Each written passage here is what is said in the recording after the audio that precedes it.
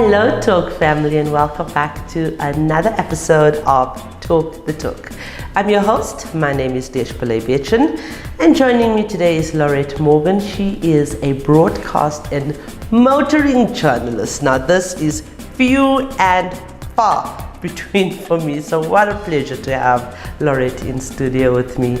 Laurette is a phenomenal, influential and inspirational woman. She's a radio and television personality as well as a voice-over artist who has been working in the industry for more than 25 years.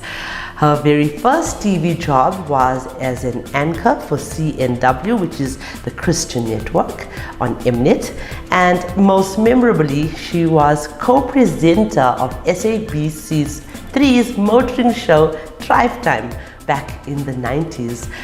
It's an absolute honor, as I said, to have this incredible woman in studio with me today. So, without further ado, let's welcome Laurette. And as always, this interview is proudly brought to you by Sariti Solutions, MFC, and Evo by Nedbank. Hello, Laurette. Good afternoon. How are you? Good, and you? Very well, thank you so much for joining us. Thank you. Thanks for inviting me. You're welcome. So, Laurette, I am so absolutely not just overwhelmed and excited, but intrigued because there are not many females in motoring South Africa that takes on the responsibility of wanting to be a journalist. Absolutely. And you have a passion for that. Yes. You've started your own YouTube channel. You've been doing a lot of work. You're also a news anchor. But let's tell our viewers who you are and where did this all begin and more about yourself. All right. Okay. So I started, well, first of all, I was in London working as a range model in the late 80s, early 90s, Wow. Giving away my age, sorry. Late 80s, I must have been like under 10 years old. Okay. I studied drama there at the Lee Strasberg Academy and decided to come back to South Africa and do television because I was too scared my mom was going to see me naked in Hollywood. So I came back and I did a short television course, presenter's course, and then landed my first job, as you said, at Mnet. In 1996, Alan Johnson approached me. Well, he didn't approach me, he actually had auditions open. And what I did, because of my experience so far in television, also my husband was in television, he was working for Mnet, and his friend was a cameraman, etc. So we took his little MGA and put together this whole little production with my scarf in the wind, and here we went and we filmed, and I did a whole piece on the MGA and sent it off to Alan Johnson, and he called me up the one day I nearly died. He said, "Well, you're clearly a professional, you've got the job." I said, "Thank you very much," and the rest is history. You know, it really started there. That was in 1996, as I said. And obviously lots of stuff with Drive Time over the years. When Drive Time was taken off air at SABC, I became motoring editor for GQ because they had just come into South Africa.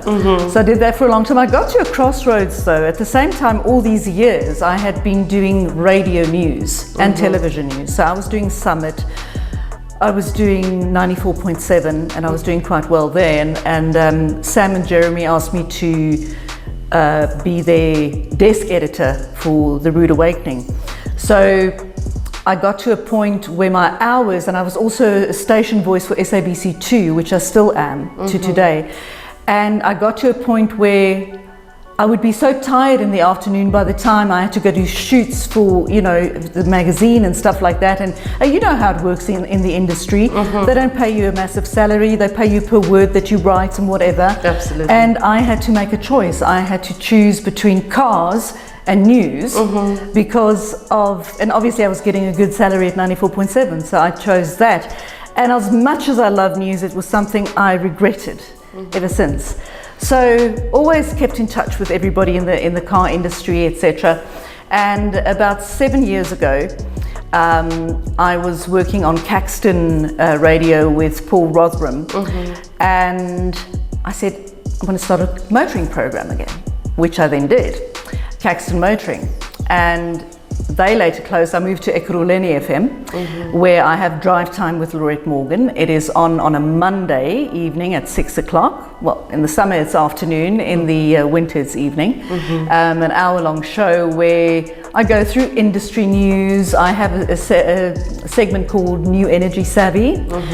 I also change things because I also speak to Eugene from Master Drive with Street Savvy. I know Eugene, amazing yes, he's people. so amazing person. Yes. So among other things, I mean, obviously you love motoring, but what encouraged you to work within the motoring industry in the first place? Do you know, I've been a car person ever since I can remember. We lived in Pietermaritzburg when I was a little girl. My father had an old Ford Prefect, which didn't even go anymore. It was British Racing Green, and it stood in the yard. We had a very big property, and that was my car. And I used to pretend I was driving it, and I would get them all to get into the back, and I would charge them. Taxi wouldn't go anywhere, but So I think as female motoring journalists, I don't think for you so much, but for me, it's a new landscape for us to navigate, and it's important for us to ensure that our work is actual and accurate and factual. So how do you make sure or ensure that this is what you do, keep your work accurate and factual?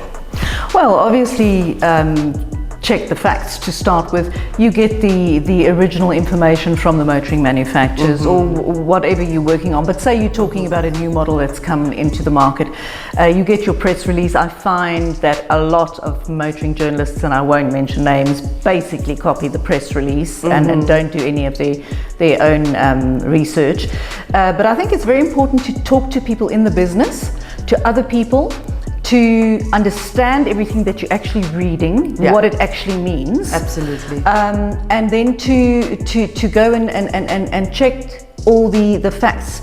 If something is bothering you, what I tend to do, I sometimes irritate them, but I phone the PRs, I phone the head of the company, I phone whoever, and I check till I'm sure that I've got the right information.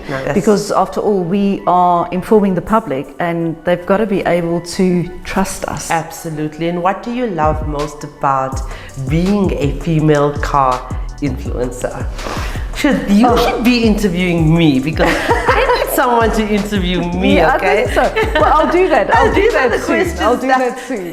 These are the questions that I would love to be asked. Yes. Well, I don't know. I've only just started being an influencer. I struggle with that term, the influencer, because which is sometimes more powerful than being a journalist. Absolutely. Now, we have studied journalism, yes, put all our effort into that, but being an influencer is very powerful. In terms of reaching people, absolutely. Yeah. So I think a combination of both is very nice. So I'm very lucky there. But I think it's important for women to hear from other women when they want to purchase a car. Absolutely. Okay.